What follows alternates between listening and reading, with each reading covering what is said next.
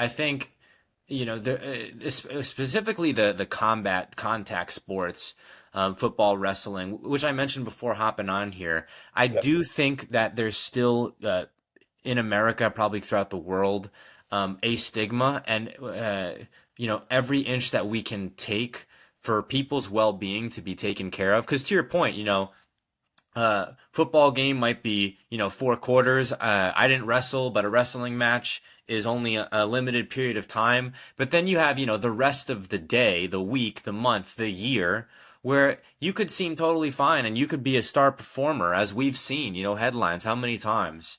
But then outside things are a totally different story. And, my feedback, which has changed over time, is people really need to have these conversations with their teams, right? On the football team, on the wrestling team.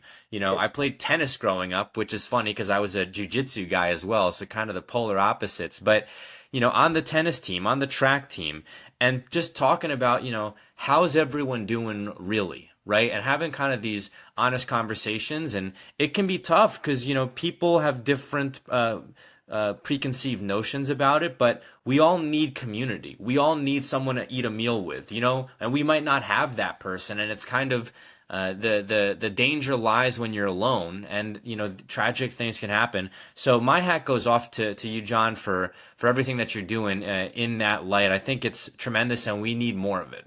Well, thank you. We have a tremendous foundation at the Eric Monday Foundation, and tremendous group of volunteers, and I'm one of many voices with other organizations too. But I do like the direction that things are going in society. We're getting better at it, but we still have work to do before we're not done before people can go get the help they need without fear of stigma.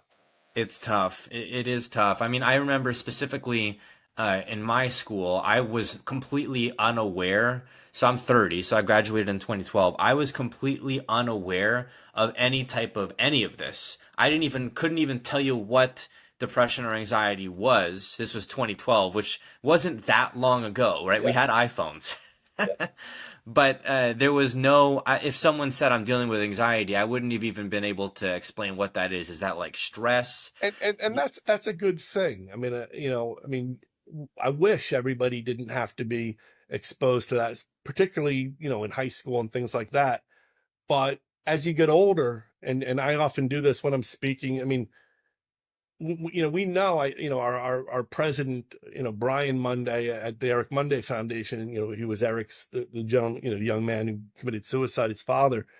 He has an exercise when he talks, and he talks to military groups, and we talk to all kinds of people, sports teams at college and high school, and he has half the room stand up, and that's how many people, adolescents experience some type of mental health crisis. And I'm not talking necessarily everybody's suicide, but they Yeah. experience something. And then as you get older, I'm sure, you said you're 30 now, as you go through, you meet people and you realize, it touches everybody. It's something that touches everybody.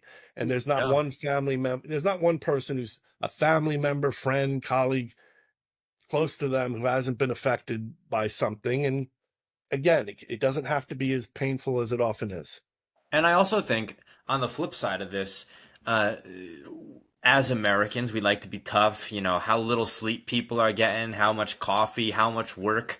There's also an element of there's an in between as well between super high functioning and, tragedy, which people's well-being can be improved. So if you're wrestling, if you're doing football, if you're a real estate investor, you need to be at your peak. And if you're feeling just a little bit off, that can have a big, big, big impact on your performance. And some of these strategies that people can learn about, which I've learned about, community, just taking care of yourself, well-being. These things may seem obvious, but when you're going through it, they're not. You're very correct. Okay. And, one of the things that we do is, we're very proud again at the foundation that for the last, I guess it's been about 6 or 7 years now, we have a mandatory webinar for every coach in the Fairfax County, Virginia school system. In order to coach, you've got to take this webinar.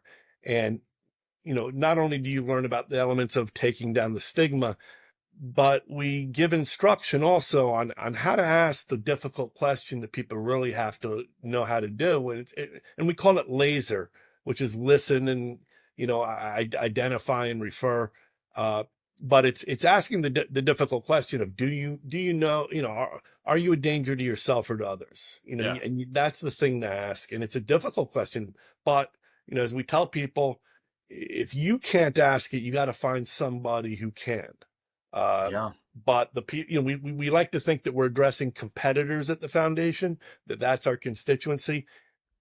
And the people that can compete need to also be able to ask that question. They need to ask their brother and their sister and say, listen, I see you're down. It's just because you lost the match or the game, or is there something else we need to worry about? Are you thinking about hurting yourself?